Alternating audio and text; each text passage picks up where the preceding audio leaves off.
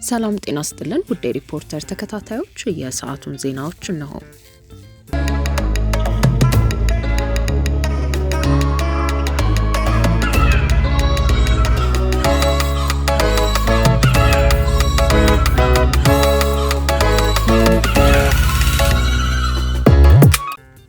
በሶማሌ ክልል 121 ከህግ ውጪ ታስረው የነበሩ ሰዎችና 2 ጋዜጠኞች በይቅርታ ተለቀቁ ተባለ። ክልሉ በህግ ጥበቃ ስር ባሉ ሰዎች የሰብአዊ መብቶች አያያዝ እንዲታረም ከወሰደው ፈጣን እርምጃ ሌሎች ክልሎች ሊማሩ ይገባል ሲል የኢትዮጵያ ሰብአዊ መብቶች ኮሚሽን አስታውቋል።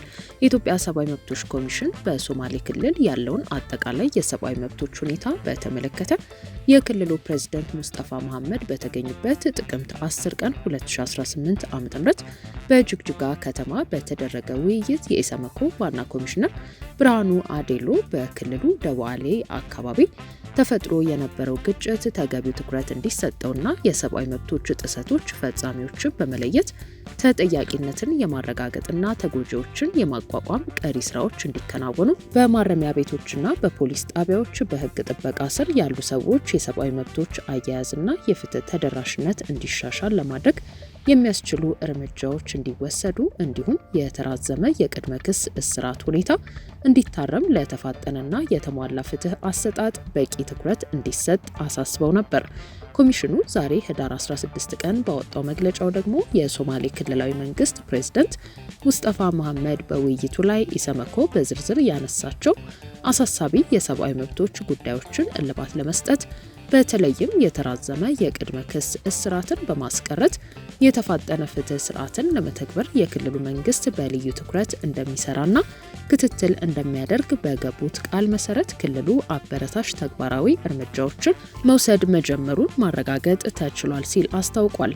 በዚሁ መሰረት በ35 ቀናት ልዩነት ውስጥ በወጣው የዛሬው የኢሰመኮ መግለጫ በክልሉ በተለያዩ ፖሊስ ጣቢያዎች ከህግ አግባብ ውጪ ታስረው የነበሩ በአጠቃላይ 121 ሰዎች ከእስር መለቀቃቸውን እንዲሁም ሌሎች ትኩረት የሚፈልጉ አሳሳቢ የሰብአዊ መብቶች ጉዳዮችን ለማስተካከል ክልሉ ጥረቶችን እያደረገ መሆኑን መገንዘብ ችለናል ብሏል።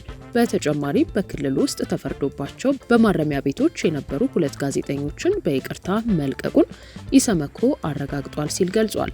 የኢሰመኮ ዋና ኮሚሽነር ብርሃኑ አዴሎ የሶማሌ ክልል በአጭር ጊዜ ውስጥ ለወሰዳቸው አበረታች የምክር ሀሳቦች አፈጻጸም እርምጃዎች እውቅና ሰጥተው ተግባሩ በሌሎች ክልሎችም በአርአያነት ሊወሰድ የሚገባው መሆኑን ገልጸዋል ተብሏል። ክልሉ ሌሎች አሳሳቢ የሰብአዊ መብቶች ጉዳዮችን መፍትሄ ለመስጠት የጀመራቸውን ጥረቶች እንዲያጠናክር አሳስበው ኢሰመኮ በኢትዮጵያ የሰብአዊ መብቶች ሁኔታን ለማሻሻል በክልሎች ደረጃ የሚያደርጋቸውን የውትወታና የምክር ሀሳቦች አፈጻጸም ክትትል ስራ አጠናክሮ እንደሚቀጥል አረጋግጠዋል።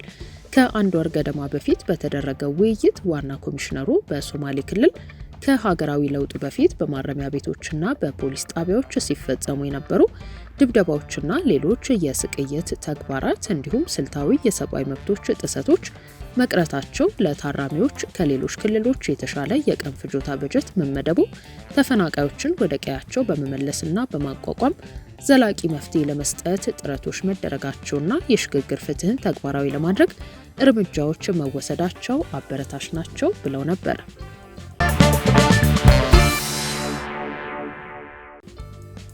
እዙ ጽንፈኛና አሸባሪ ባላቸው የሸኔ ቡድኖች ላይ የማያዳግም እርምጃ እየወሰደ እንደሚገኝ ተገለጸ።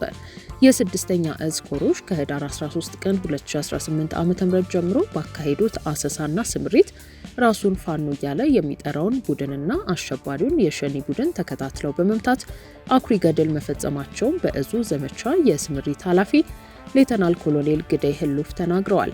ኮሮች በተሰማሩበት በአማራ ክልል ምስራቅ ጎጃም ዞንና አዋሳኝ በሆነው የኦሮሚያ ክልል ሰሜን ሸዋና ምዕራብ ሸዋ ዞኖች ጠላት ይንቀሳቀስባቸዋል በተባሉ አካባቢዎች ስምሪት በማካሄድ በርካታ የጽንፈኛውና የአሸባሪው ሸኔ መደምሰስ እንደተቻለም አብራርተዋል።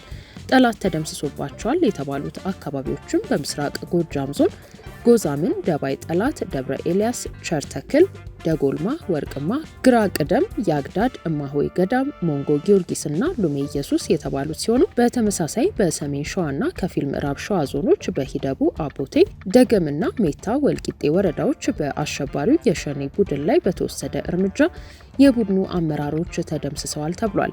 ቁሳዊ ኪሳራ ማድረስ እንደተቻለ ሌተናል ኮሎኔል ግደይ ተናግረዋል። በጠላት ላይ ከደረሱ ኪሳራዎች የተገደለ 106፣ የቆሰለ 157፣ እጅ የሰጠ 98፣ የጠላት ሴልና ሎጂስቲክስ 110 በድምሩ ከ471 በላይ የጠላት ኃይል ላይ ኪሳራ ማድረስ ተችሏል ብለዋል።